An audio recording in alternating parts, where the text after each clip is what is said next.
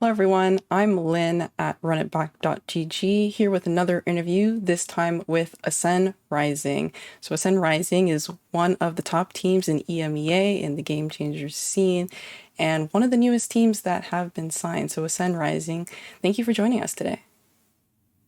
Thank you. Thank you for having us. Thank you for having us. So, if you wouldn't mind, could you all give a brief introduction about who you are and what roles you play? I'm Lada. My in-game name is Hated the Most. I'm the IGL for Acend Rising, and I'm playing Initiator. I'm Jade. I'm 19. My in-game name is Jade. Funny, I know. And I play main duelist, so like Raze, Neon, stuff like this. And I'm kind of second IGL to help out Lada when she doesn't have the info on her side of the map or whatever. Yeah. I'm Amy. My in-game name is Amy. I'm 17 and I play controller. I'm Sammy. My in-game name is Samsi. I am main sentinel for Ascent. And I also am going to say the other fifth player that is not here today. It's Medica. She's our initiator main and also our coach. Okay, well, thank you. So, if you wouldn't mind also kind of sharing what your experience has been with esports, is Valorant the first game you've played, or did you have some experience in CSGO? I played CS before, since I was like 14 years old. And then I switched to Valorant, and I'm playing Valorant for like 1 year and a half or so. Yeah, for me, it's the same thing. I've been playing CSGO since I've been 14 years old. I switched to Valorant as soon as the beta. Okay, Go Amy, has whatever. Well, I played like Fortnite and Battlefield 4 for fun, and then I stopped gaming for like 2 years.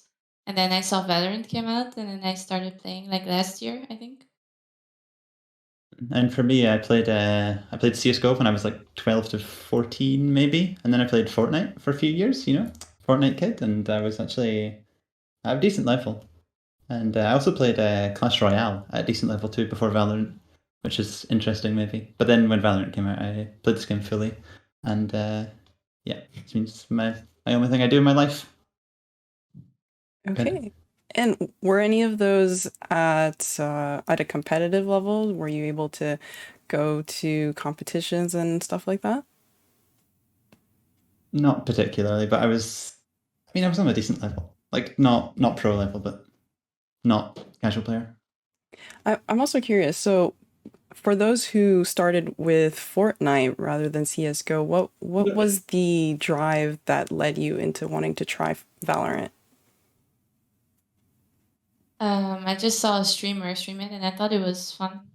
And then I tried it, and I was so confused at first, but then I started playing it more, and then I really liked the game.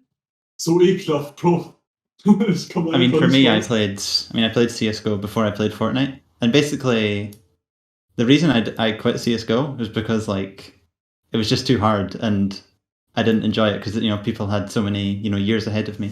So when Valorant came out, it was the chance to go back to like a FPS game that I really enjoyed, and I wouldn't be behind people, and I could actually get somewhere. Okay, so it was like a fresh start, it sounds like. Mm-hmm.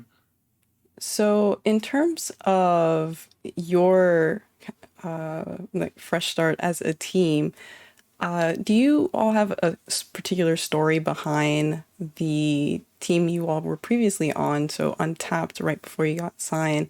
Like, what led you all to want to become a roster and want to compete together? Well, for me, Medica invited me to. Basically, I was just a ranked player, and I played like scrims with one team, but I never like played tournaments with them. And then Medica told me that she was wanted to create a team, and she invited me, and then I went with her. I started with Medica too. Sorry. I started with Medica too, but it was even before Amy and Samsi joined her. Like it was last July, We were playing together in Lux Nova, and then we got signed by Footballist. But then we both left the team, and I ended up in one team with Jade in Chat Band that became Alliance Coven. Then we both left the team, and now we're together in the Ascent. Yeah, Alliance was a fun team, but things ended up not working out, unfortunately. And then so we both we left together because me and Hated, we found we worked really well together. So then we came to the new team, Untapped, with Medica, Amy, Samsey, and clearly we're building something pretty cool. Yeah, oh, go ahead. For me, it was just my best friend was friends with Medica as well, and she just gave me a heads up to actually try out for the team. So I did, and I joined. Well, you all have been, before going to Ascend, an unsigned roster for quite a bit. So as Untapped, you all performed quite well as an unsigned team. So I was curious, what do you think is the reason behind your strength as that unsigned team at the time? I think first of all, we all have like really talented players individually, and we also all have like the dedication to win, and we know we can be the best. And yeah, we just started grinding a lot together. Yeah, I mean, I would say it's just that. It's just about like we all actually have the same mentality. Surprisingly, not a lot of people have. Just you actually want to win, and then you're going to put in the effort to win. Like we are playing whatever 4 pracs a day for like for almost every day a week as unsigned. It's just you get home from uni at 5 p.m. and then you play pracs 5 to 9 p.m. or something. Like I mean, only Medica and Amy are in school/university, but yeah. I mean, as well, the rest of us, for playing full time, it's we're definitely dedicated to it, even if it's still unsigned at that time. Okay, so it sounds like just having the dedication towards that, regardless of all of the other responsibilities that you all have.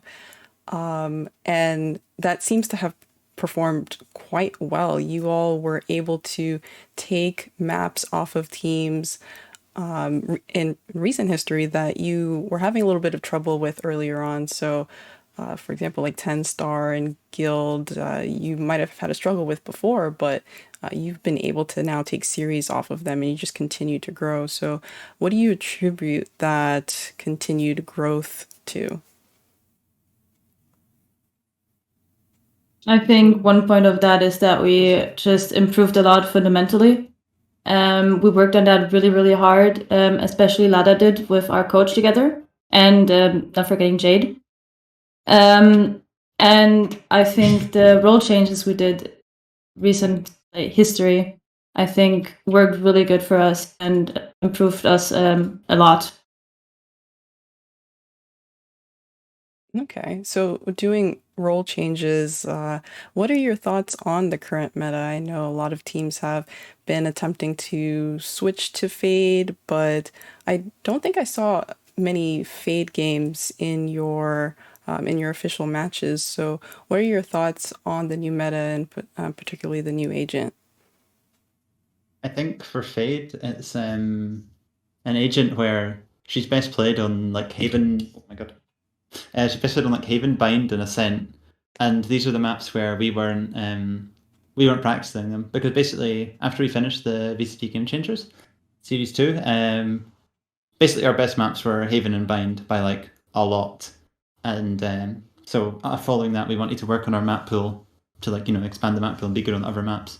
So we didn't get to re-practice our Haven and Bind and adapt to the new meta in that sense. Okay. Well, even with that being said, you still were able to pull wins at Project Queens as well as the recent Med USA tournament. So, how was that experience over at Project Queens since that was a LAN? Well, 2 of our teammates hated and Jade weren't there. So we had 2 subs. We had Lira and we had Chrissy. and we just kind of like pucked it into there. Just didn't really have a game plan. We never played with them before. We just kind of pucked us in, and we won. Wow, that's impressive that you were able to pug it through and still pull a win over some pretty good teams. So that being said, for the next Game Changers, I'm assuming you will have your full squad ahead. Do you have any ideas of how you're going to finally be able to get that top spot at the third Game Changer series? I mean, we are grinding pracs now. We are even pracking more than 4 hours now. It's like, I think 7 hours per day for now. Wow. Because we really want to win. And we want to have like, we want to play all maps basically. We want to have all maps on our map pool, so we're like not scared to play on enemy speak. And of course we are working on our fundamentals and team play the most. Like, okay, so you mentioned increasing your map pool, but I'm not sure what will happen for the Game Changers 3 series, but it's been said that Split will be out of rotation and Pearl will eventually enter. So what are your thoughts on the dropping of Split and maybe the addition of Pearl? Is that a map that you all like so far? I mean, I don't really like Pearl. I don't know about you guys. I like Pearl, but Split was like one of our main maps, and we were all kind of sad when we found out that it's like not going to be played on Game Changer 3. But I think that honestly, Pearl is gonna be a really good map for us, for our playstyle. Yeah, me and Hated have we've been in custom a little bit, or more than a little bit, and some of the stuff we have, I mean, obviously can't say, of course, but we're gonna like Pearl, I think. Okay. I mean, maybe not Amy, but you know, rest of us. I haven't practiced it yet. Maybe I'll like it in team. I don't know. Yeah, no, I've heard mixed reviews on the map. So if you all are able to take that win for the third Game Changer series, I believe you get a qualification to the international championships. So have you all had any thoughts about the international champions? Yeah, what are your thoughts about how that's been set up? I mean, there is only gonna be 8 teams, right? Mhm. And it's kind of, I don't know, I don't like it. I expected to have like 12, maybe 16 teams. So it's kind of hard when you have like a lot of good teams in the EMEA region and only 2 are qualifying. And it's also like one team who has the most points and one team who wins third Game Changer. So it's kind of, it feels unfair for me. But like because of this system, we can still like qualify, so it's cool. But I would still like to see more teams there. Yeah. Yeah, no, we have a similar process in the NA where the team that wins the third Game Changer series also qualifies, but I've heard similar sentiments of it would be great if there were more spots. Do you all have any other thoughts in terms of the format of the Game Changers series, like on how that there are 3 series or maybe the internal formatting of the tournament? Do you all have any thoughts about how that is going? I mean, I'll speak on this because I spoke on this in the past on Twitter and received very interesting feedback from some people. But it's basically the way it works. Like in NA, I think it's a lot better generally. Even though they had a weird thing where it was like they had best of 1 in like the top 24 like playoff bracket, which was weird. But still, in general, like both systems have Swiss stage, right? Right. And their Swiss stage is like you get 3 wins, you qualify, and you're done playing. But our Swiss stage is like everyone plays 6 rounds, and it's just entirely random who you play up against. So what happened was in the second Game Changers we played, right? We lost. We went 4-2 record, okay. Even though, in my opinion, we were like a top 5 team there, we finished in like 16th position because we had 2 losses to G2 and to Guild. like the top 2 teams. That's obvious to everyone. And then in the first playoff round, we played against 10 Star because they also went 4-2. You know who they lost to? G2 and then Guild. So it's like, just because both of us got unlucky, that meant not only did we have a bad thing in the Swiss stage, that's how the playoffs are seeded into. So it's like, we both get seeded bad into playoffs, and then we both finish bad in the VCT because of it, since we have to have such hard matchups early. Like, it's I don't know. It's really weird because it's just not fair, is it? Like, there's not much to say. It only doesn't affect you if you're literally the number 1 team and beat everyone. And I mean, now we have the confidence to go and do that. And even if it's bad for us again, like, we can still win. It's fine. But like, if you have the number 1 team is always going to be the number 1, but then if the number 2 team is actually the number 8 team because there's just luck involved, it's kind of, I don't know, interesting. Maybe that explained my point well. Hope so. No, that makes sense. And also in NA, we've had similar issues of how the group stages are formed. So it seems like there has to be a little bit more work in going back to the drawing board of how these group stages are run to make it the most fair to the teams.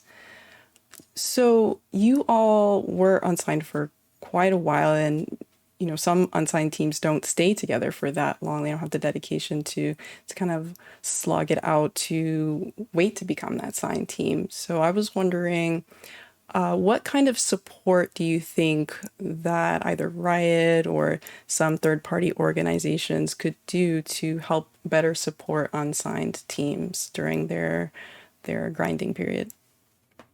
I think having a Game Changers Academy, which NA has, I think that would help a lot in EMEA, since we don't have that right here. And also, I think NA has quite a lot more tournaments. I'm not sure, but yeah, I think that could help a lot. Okay, more tournaments. Any other things you think would help support unsigned teams? I think just if more organizations are more open to actually inviting a female team would be great as well. But everyone has his own plate. But yeah, a lot of organizations are still very not on board on the female. Okay, that makes sense. So, my last question is just a very general question of, so you all are prepping for the 3rd Game Changer series in EMEA. Any thoughts about just preparing for that tournament and preparing to hopefully take home that prize? An die nicht auf ein HP. Well, as Lada said before, we've been practicing a lot, like 8-7 hours, almost every day. So, and we do just a lot of VOD reviews, see what we do wrong, see what we can do better, and hopefully get that number 1 spot. Are there any teams that you all follow in particular, or any other Game Changers teams in other regions or anything like that? I like the team Dart Monkeys on the Ah, name. yeah. Yeah, that's Yeah, my favorite team in NA, I think. I hope we will meet them at LAN Game Changers in Berlin. Yeah, Dark Monkeys are just our besties. I don't know, because it's like they were like number 1 unsigned NA, we were number 1 unsigned EU, so they need to get signed now. That's all. Praying for them. Yeah, no, that's definitely a similar sentiment in NA. It's so funny that you all relate to them, and yeah, similar story of trying to get signed, and hopefully they are the next team to get signed. So, Acend Rising, thank you so much for your time. Do you have any final words or shout outs that you want to make?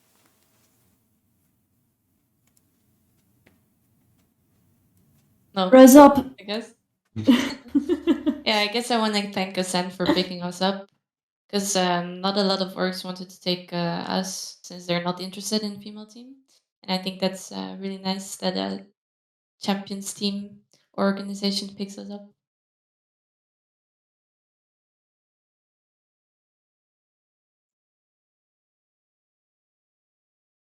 Well, that actually reminds me. So, what has it been like since getting signed? Like, have you do you have any particular support or benefits that you've been really looking forward to getting since you've been signed? Actually, yeah. Just the first LAN we've been to, Project Queens. I think Amy got really good support from our org just to actually travel there, as well as me. Sadly, it didn't work out for Letta and Jade just because it was like on a short notice. But we're really hyped to go on boot camp as well, finally for the first time as a team. Yeah, and I think I'm really looking forward to staying together.